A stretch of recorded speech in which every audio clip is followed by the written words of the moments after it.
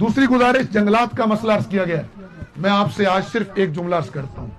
جنگلات کے تحفظ کے لیے آپ مجھے جس جگہ جہاں کہیں گے, جدھر کہیں گے, یہ فقیر انشاءاللہ وہاں سر کے بل چل کر آئے گا.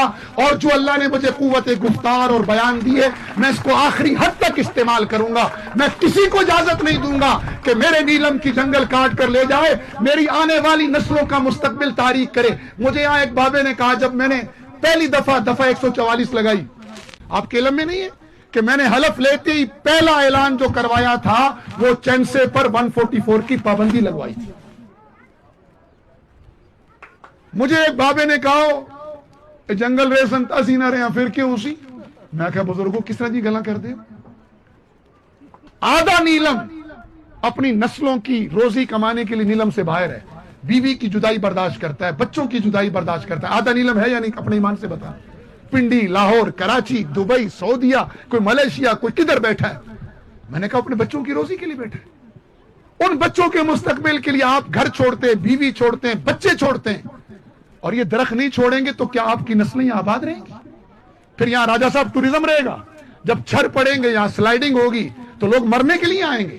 وہ تو حسین درخت دیکھنے آتے ہیں, وہ تو بہتے چرنے آبشارے دیکھنے آتے ہیں, وہ تو ابلتے چشمے دیکھنے آتے ہیں, وہ تو جھیلیں دیکھنے آتے ہیں. آپ کو نہیں پتا کہ انوائرمنٹ چینج ہو گئی ہے. میں اس دھرتی کا بچہ ہوں, بارونا آئدہ.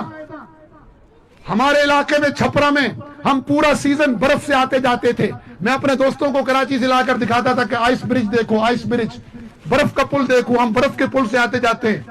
اور آج کیا حال ہے؟ یہ پل اگلے سیزن تک رہتا تھا. آخر میں جب ڈیرے واپس جا رہے ہوتے تھے تب کہیں جا کر تھوڑی تھوڑی پٹاس اس میں پڑتی تھی, اس میں چیرے آتے تھے. اور آج یہ حال ہے. پوچھیں, میں نے کل پوچھا رضا صاحب سے, میں نے کہا پتلیاں برف ہے, اغمڑ پیرا برف غائب, جولائی میں برف غائب. آپ کہہ رہے درخت چھوڑیں گے نہیں تو ہم کیسے جیئیں گے؟ اور آپ چھوڑو, آپ کی نسلیں نہیں جی سکتی جو یہاں سے آپ نے جن کی خاطر ہجرت کی ہے روزی کمانے کے لیے. تو اپنی نسلوں پہ ترس کھاؤ. میں اسکول کے بچوں سے کہتا ہوں جو درخت کاٹے تو ان کو بولو ہمارے گردن پہ چھری پھیر دو, درخت پہ کلہاڑا نہ پھیر.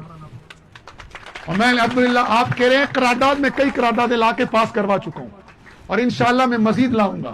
میرا یہ ماننا ہے کہ میں ایک قرارداد لا رہا ہوں, دعا کریں میں اس کو حصہ بنا لوں کہ جو بچہ 5ویں میں 3 درخت لگائے اور میٹرک تک اس کی حفاظت کرے, اس کو میٹرک میں NCC کی طرح 20 نمبر اضافی دیے جائیں.